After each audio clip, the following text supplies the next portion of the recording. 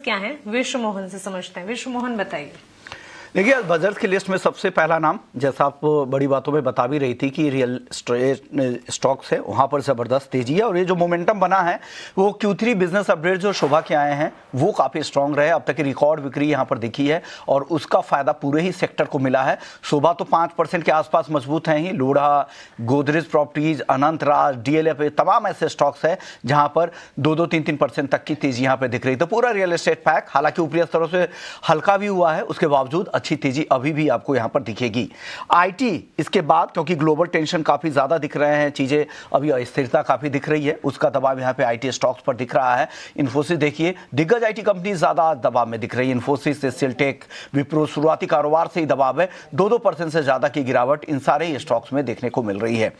IT के बाद इसके अलावा मजबूत Q3 अपडेट के वजह से कौन कौन से ऐसे स्टॉक्स हैं जहां पे एक्शन दिख रहा है, जिसमें इक्विटास स्मॉल फाइनेंस बैंक 3.5% ऊपर है, CSB बैंक 7% ऊपर है, नायका, बंधन बैंक जैसे स्टॉक्स है जहां पर 1% के आसपास की तेजी दिख रही है। हालांकि कुछ और स्टॉक्स है वो अच्छे बिजनेस अपडेट के बाद भी, लेकिन वहां पर दबाव देखने को मिल रहा है। एक और स्टॉक है अंबर एंटरप्राइजेस का।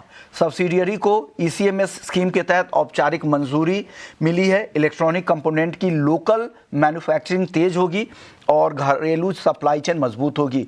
इस खबर का कंपनी पर काफ़ी असर, और अभी भी देखिए ऊपरी स्तरों से हल्का होने के बावजूद अभी भी 3.25% से ज़्यादा की तेजी अंबर एंटरप्राइजेस में दिख रही थी। ये सारे बजट्स है, और भी इस लिस्ट को हम आगे और भी अपडेटेड लिस्ट लेकर आएंगे, और भी कुछ और स्टॉक्स आपको 3 बजे हम बताएंगे। लेकिन उससे पहले चलते हैं अभिषेक के पास और समझ लेते हैं बाजार में अब तक क्या हुआ है, बाजार क्यों ऊपरी स्तरों से हल्का हुआ है, कौन से ऐसे सेक्टर है जो बाजार पर दबाव बना रहे हैं। अगर और आपको इंडेक्स लेवल पे आपको अपनी स्ट्रेटजी तैयार करनी है निफ्टी और बैंक निफ्टी को लेकर, तो कौन कौन से की लेवल्स होंगे जिन्हें ध्यान रखना जरूरी है। अभिषेक बताइए। विश्वमोहन देखिए, मतलब 2 हाफ में अगर बाजार को बांट दे तो मतलब फर्स्ट हाफ में तो बाजार का मूड ठीक ही रहा है। नए हाईज बना है, निफ्टी पर भी नया हाई बना है और निफ्टी बैंक का भी बना है। निफ्टी ने 26,373 का नया शिखर बनाया है और निफ्टी बैंक की बात करें तो 60,437 का रिकॉर्ड बना है। लेकिन आज के पीछे की जो मतलब ऊपरी स्तरों से जो गिरावट आई है उसके पीछे की अगर हम वजह तलाशें तो आप देखेंगे HDFC बैंक में जो 2-2.5% के आसपास से जो गिरावट आ गई है उसने निफ्टी और निफ्टी बैंक दोनों को नीचे खींचने का काम किया है। अब ये HDFC बैंक, बहुत सारे लोगों के मन में सवाल है कि जब डिपॉजिट के आंकड़े, लोन के आंकड़े अच्छे आ रहे हैं तो फिर आखिर मतलब एडवांसेस के जो आंकड़े आए थे अगर वो अच्छे आए हैं तो फिर HDFC बैंक गिरा क्यों।